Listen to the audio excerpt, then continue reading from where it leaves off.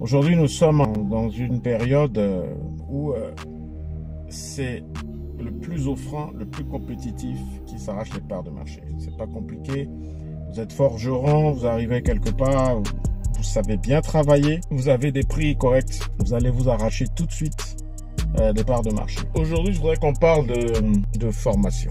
Formation sans laquelle il est quasi impossible d'atteindre des sommets aujourd'hui dans la France en termes de compétitivité.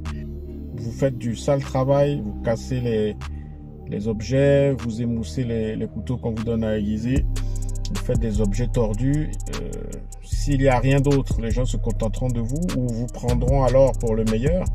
Et le temps viendra où quelqu'un de plus compétent, de plus formé viendra vous arracher les marchés purement et simplement. Et alors vous allez lui en vouloir, vous allez vociférer, vous allez dire des choses qui ne sont pas justes. Alors, simplement, vous avez été victime de votre ignorance.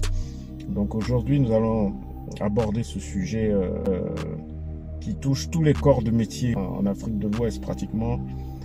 C'est hallucinant quand vous demandez à quelqu'un de faire un travail, vous êtes obligé d'être derrière, il y a des imperfections et c'est valable dans tous les domaines, Et la résultante aujourd'hui en termes de mécanique fait que on est en danger permanent. On roule avec des véhicules qui sont plus ou moins bricolés. On a toutes sortes de véhicules bricolés, trafiqués, qui engendrent des pannes, des problèmes à n'en plus finir. C'est vraiment un sujet terrible, terrible. En Afrique de l'Ouest particulièrement, c'est là que j'ai vraiment constaté ce problème. Dans nos pays, la Côte d'Ivoire, le Bénin, et j'en passe, malgré les efforts que font les gouvernements ou les gouvernants, malgré tout ce qu'on dit, tout ce qu'on raconte, il faut quand même reconnaître qu'il y a des efforts qui sont faits.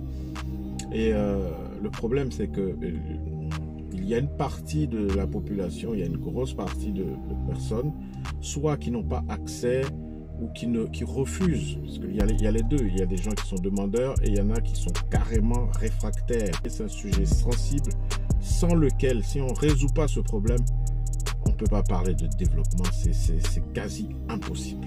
On est en 2022 et il se passe des choses vraiment absolument hallucinantes.